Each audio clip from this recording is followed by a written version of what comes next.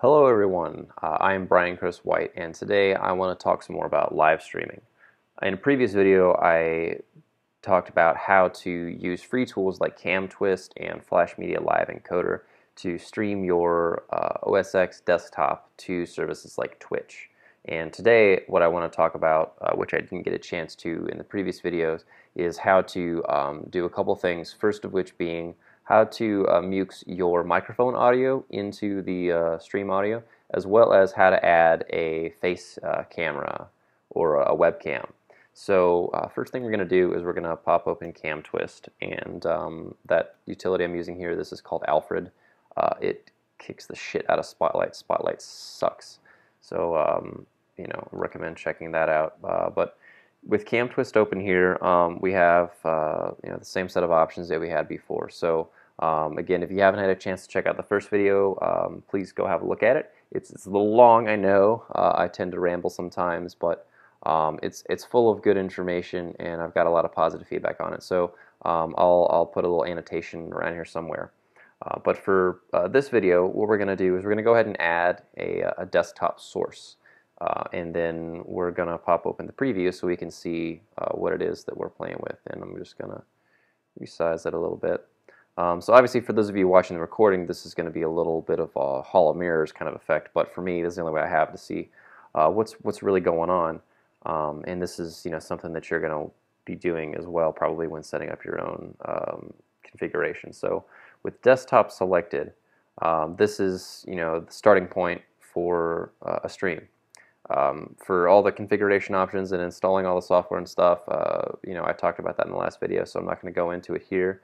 But I've got the same configuration that I had when I recorded the first video. I haven't touched it since, and it still works today. So we have CamTwist running, rendering our virtual video device. And if we go ahead and open Flash, we will be able to stream this to Twitch, and everything should work fine now. Something did change apparently between this time and last with Flash, but that's okay. It's not a big deal. We'll just make sure that our settings are good. First thing to note that this is pretty clear looking here. It's not very fuzzy. Obviously, it gets fuzzier the more into the hall of mirrors you go, but that's whatever. I'm gonna switch my device to external microphone, and I'll show you what multi-in is later. We'll get into that when we talk about using your external mic with your stream audio or your computer audio. So we can see we're using the CamTwist device, which is fine, and that's interesting. I've never seen the screen before, but okay. We've got 1920 by 1080. We've got a very high right now. I've actually moved since I last recorded that other tutorial, so I have a lot more bandwidth now, and I don't remember if I've changed it to match. It's about 18 megabit. Is that right? Yeah, I've got a boatload of bandwidth. I'm gonna leave that alone, and let's just start streaming, and let's see what happens here. I've got my Twitch page open, and Twitch also has done a lot of internal changes and updates since I last recorded that other video as well, so should be an interesting experience here. I'm going to refresh the page to hopefully expedite loading of this thing. Okay, there we go. Okay, so just a little delay, I think, in I'm going to move the screens around so we can watch that here. Oh, and we want to, I don't want to hear myself, so I'm going to turn that off. I think it was just a little bit of a delay, buffering and such between my workstation and their server, and then back down to my workstation. So, yeah, that's looking like it's working just fine. So I'm going to pause it and move back over here, and then we can go ahead and stop this. So basically, I just wanted to get back to a state where we left off in the last video. We're set up to successfully stream Twitch, and if I go full screen here, the quality looks pretty decent. It's not going full screen or to the edges. I'm not sure whether that's a Twitch thing or whether that's a configuration thing, but it's not a huge deal. I'm not gonna worry about it. I want to move on to talking about how to get your camera in here and how to get your microphone in here. So for the purposes of this recording, I'm using ScreenFlow, which is a really cool utility And so that's what I'm using now to get my face camera in here. But as we move into reconfiguring this thing, I might be moving my face camera around and maybe even dropping it out at certain points when we need more screen real estate and such. So just keep that in mind. Also, the way that ScreenFlow captures video and audio devices, it's not going to be affected by changing the default. So if I alt-click on my audio thing here, which is a very handy tip, by the way, if you guys don't know, because by default the volume meter thing here kind of sucks because it's just like up and down. It's, you know, I got buttons for that. So if you alt-click, though, it lets you select your input and output devices. But for messing with these, when we get into that, this is not going to affect ScreenFlow, because the way that you use ScreenFlow is you configure it before you start recording, and it selects specific devices. It doesn't use the default device or the system device. So when we change these things, it's not going to affect this recording. Something else to keep in mind: other utilities might not function the same. But let's get into adding an audio stream, right? So there's a couple ways to do this, and each has its own kind of benefits and drawbacks. The first method, and the one that I actually prefer, is to use a combination of SoundFlower, which we talked about in the last video, which I actually haven't opened yet, and using that with the audio MIDI setup utility that comes with you know, OS X. So if we pop that thing open and then we go ahead and start SoundFlower, the SoundFlower bed actually is the utility that pops up here. We can see that SoundFlower is not doing anything, and in our audio devices section we have a couple of interesting things going on. We've got this multi-in and multi-out, multiple output device, and these are things that I created, so when you open your audio devices you probably won't see them. And what they're going to do is aid us in this quest for, you know, all the audio into single stream. And to create them, the first thing we want is this multi-in, because what this is going to do is it's going to take inputs and combine them into a single device, and it's going to be called whatever we call it. In this case, it's multi-in. So then we can reference that later in Flash Media Live Encoder, like you saw what was actually set up by default. So to do this, we're going to call we're going to click on the plus button and do create aggregate device, and it's just called, so you know, like I said, we can rename it whatever. Call it multi-in 2, and then what we want to do is we want to select the input devices that we want to combine. So for this, we want built-in microphone, and we want SoundFlower 2 channel. Whoops, here we go. So also, some of you might notice as well in the SoundFlower, and SoundFlower likes to restart, which is kind of annoying. I actually just updated it, which is why you see this is now SoundFlower 64 channel instead of 16. I had someone ask me a question about that. That's just a difference in version. I think I'm running 1.6.6b. But even after updating, apparently it hasn't changed much. Whenever tweaking things or at certain points, like SoundFlower likes to restart on me, which is really annoying. So keep an eye out for that. If anybody has any suggestions, let me know. But it's running right now, so we're fine. So I'm going to forward my SoundFlower audio to my built-in output, and then I'm going to use my system audio is going to be outputting on SoundFlower. So again, this was something we talked about in the last video. With this configuration, my system audio, so music or you know, my game audio or whatever, if I'm playing a game, will be sent to SoundFlower instead of my speakers. Now obviously that's a problem because then I won't be able to hear my game. So SoundFlower bed, this utility that runs the background, lets me kind of forward that audio back to my speakers without creating a feedback loop, which is very handy. So in this configuration, we've got audio being captured that we can then send to Flash, which we'll open up really quickly and I will show you. So here we can just do device, we can do SoundFlower 2 channel.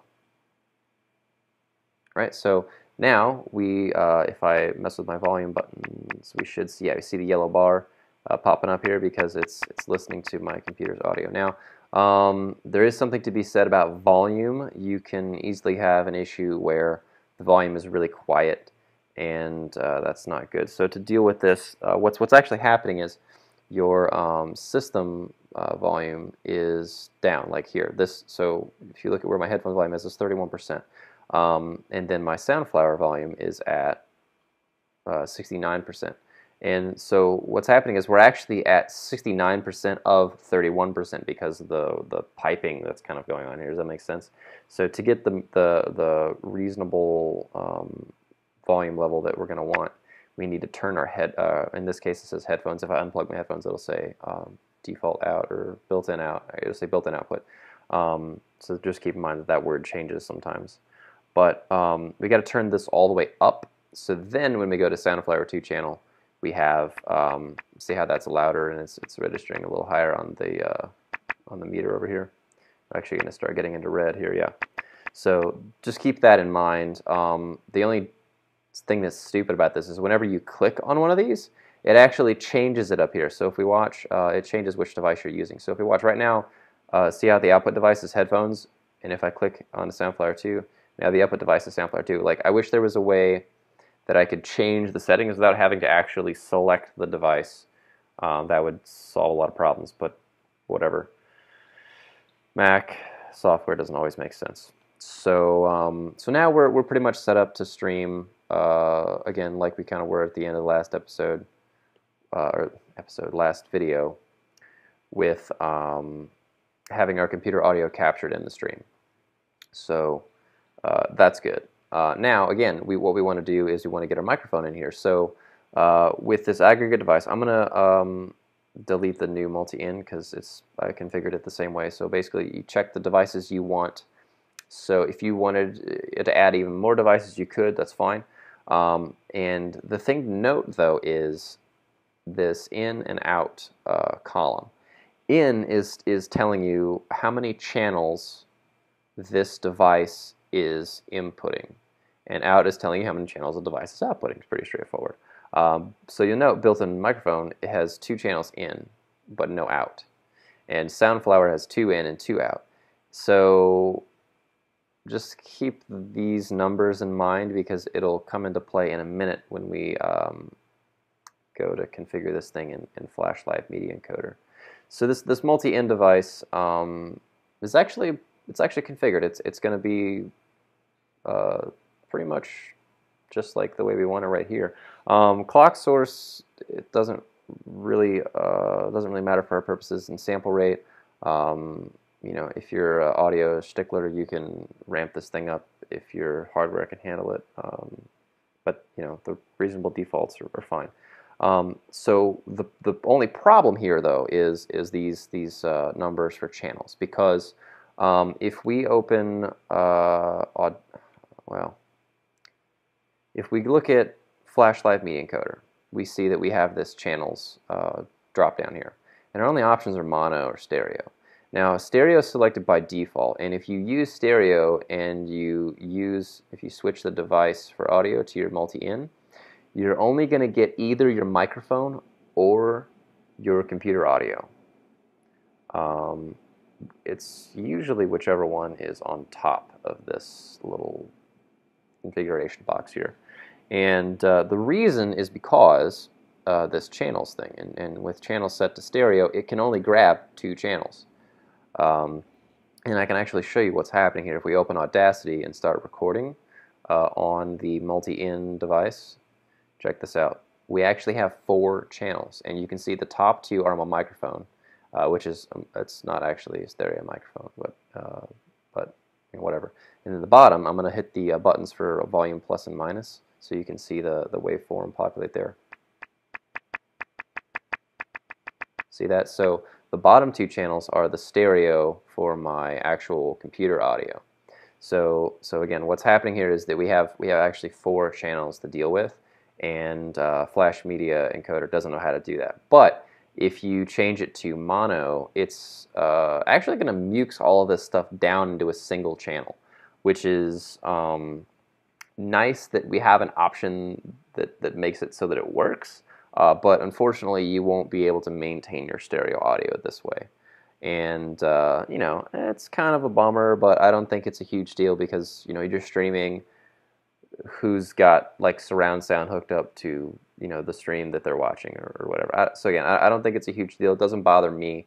So that's what I do. And then if we go ahead and start this stream, we'll be able to capture our computer audio and our microphone. So I'm talking right now. I'm playing with the volume, so now when we go over here and we play the stream, if we're not too late, we should be able to catch that. Okay, we had a little on there. Okay, we had a little. There we go.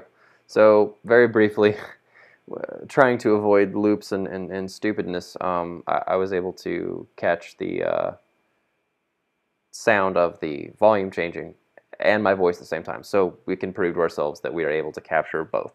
So I'm going to stop streaming here and close this thing. Come on. I said stop. Okay. So that's the what I consider the good way, right, or my preference for getting your microphone audio mixed into your stream. Now, if you want to add a camera to this, it's pretty easy. We'll kind of take a quick diversion to doing that.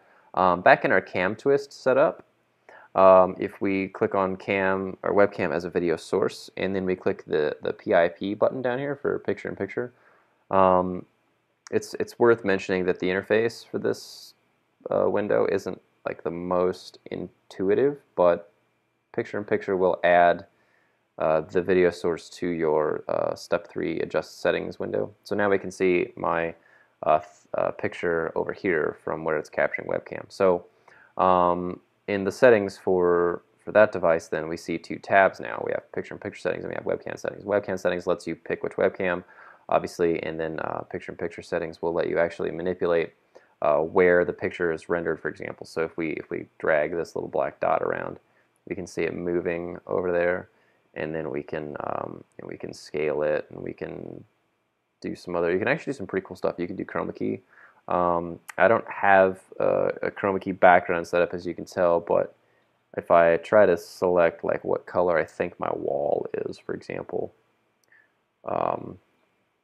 we could maybe play with this thing. So just some fancy stuff that you can do. I have a green screen, so maybe at some point I'll demo that. Like the way that works. If it works. It doesn't seem like it's working very well. Oh, I gotta check the box. So yeah, now you can see it's actually cutting out my face because I can't select colors very well, apparently. It'd be really nice if this thing gave me a oh, there we go. Oh, look at that. So yeah, like it's obviously that's kind of funny. It's obviously a bad color of my wall because it's a skin tone, but you get the idea. So if you have, you know, a nice setup where you can evenly light some kind of single color background or something, obviously that doesn't conflict with anything that's in your foreground, you can actually chroma key out your background and have a nice little effect going on there. Like I said, I might demo that at some point. But you also got some pretty cool things for like cropping. So for example, if I want to maximize my gaming real estate, I can do stuff like this and crop my crop my face real nicely or something. And and then we can have just that. And if we want to push this back up into the right corner, I don't know why, but I feel like most people go for the top right. But we can kind of get it there, but we can click this nudge button to get it nice and snug, right? So there we go. That's kind of good, right? So this will give us a picture-in-picture camera in our stream on top of everything else. So that's that, and that's kind of neat. And again, with all of these things you can actually click the Save Setup button, and it'll create a new thing down here. So if we do Save Setup, we can call it stream tutorial or whatever, and then we can actually switch back and forth. So for my OnLive setup, it's just my desktop. It's a desktop plus actually, and then OnLive Cam, I have the same kind of a thing. But if we if we double click stream to it, we get that back. So it's a cool thing. And actually, it's interesting. It's worth noting here. What just happened is OnLive setting has the desktop plus. StreamTut has only the, if we clear these out and we just open this one, StreamTut only has the picture-in-picture webcam. But if we do both of them, I guess we have to do OnLive first and then StreamTut. It will overlay the picture-in-picture webcam on top of that one. So that's kind of cool. But then you can do merge and select and stuff with this window, as well as auto load, which will I imagine start one whenever it starts up. But for the rest of our webcam settings, we can access those over here and just select which camera we want, just like if you were to add, or if you were to select webcam alone, you have that setting over here. So that's that, and I'm gonna put OnLive Cam back on, which is my default thing, and just gonna do this and drag it down here. So the other option for getting our audio mixed in, though, is definitely kind of confusing, I think is probably the best word. What we're going to do for that is put our, well, we'll do it when we get there with Flash. So to do this, we need a program called LineIn, and you actually need 2 copies of it because you can only run 1 instance at a time. And so the way that you do that is in your applications directory, wherever it is. I've got a bunch of junk in here. So yeah, you see how I have LineIn and LineIn2? Basically, you just copy and paste it, the app, and then you have 2 copies, and then you can run them independently. So we're going to open the first one here, and we're just going to drag it out of the way. And then we're going to open the second one. And it opens right on top of the first one, so don't be confused. Just separate them like so. And then what you're going to do is you're going to, it's actually, they both turned on by default, which is kind of funny. You can select where you want your input to come from and go to. So the first thing we want to do is we want to get our SoundFlower 2 channel, which again, remember, is containing our PC audio, or our computer audio. And we want to send that to our SoundFlower 64 channel, or if you're running an older version of SoundFlower, this will be SoundFlower 16 channel. And then the second thing we want to do is we want to get our microphone. So in my case, this is going to be default microphone. Right now it says external microphone because I have my headset plugged in, remember? So that could change a little bit depending on whether you have a headset plugged in or not, or whatever. And then we want to output this also to SoundFlower 64 channel. So basically what this is going to do is it's going to merge our computer audio with our microphone audio on the SoundFlower 64 channel. And then so this will allow us to have our microphone in the stream without us hearing ourselves. So when we go to the SoundFlower bed configuration, we'll want to send SoundFlower 2 channel to built-in output and make sure SoundFlower 64 channel is on none. This way, we still get our computer audio back out of our speakers, but we don't hear ourselves because that's terribly annoying. So now the last thing to do is whenever we open Flash, we just need to change the device to we need to change to SoundFlower 64. So as soon as it gets done thinking about it, we should see, and we can actually, I think we can switch this back to stereo because again, we're actually muxing, we're not combining channels or such. So, oh yeah, so the reason why I was waiting for the bar to go up, but the reason why it's not is because we also have to click the pass-through button. So now our computer audio, yep, there we go, should be running. And you can actually see the input and the output here. Or I'm sorry, this is the like the level meter or whatever, and then this is going to be a frequency breakdown or whatever. And then now we should see our microphone audio coming in. So awesome. So now we have both coming in, and I'm not going to attempt to try and do that like demo of the live stream because it's just a big mess. But this will work. So either way, you can kind of take your pick. With this method, you have even more audio like volume issues because you're including now a third device. So it's kind of troublesome for that reason. So you have to have like your built-in output volume all the way up, and then your SoundFlower 2 channel volume will be set to whatever is comfortable for your ears. But then that's going to be affecting your SoundFlower 64 channel audio. So you're probably going to want to turn your SoundFlower 64 channel audio all the way up. And so it's going to be like a balancing act. But if you can get it figured out and you can get it balanced right, then this setup is perfectly valid as well. So either way, you should be good to go. If you guys have any questions, as always, just send me a comment in the video, and I'll link to Line In where you can download it in the video description as well. So as always, guys, thanks for watching, and I'll catch you next time.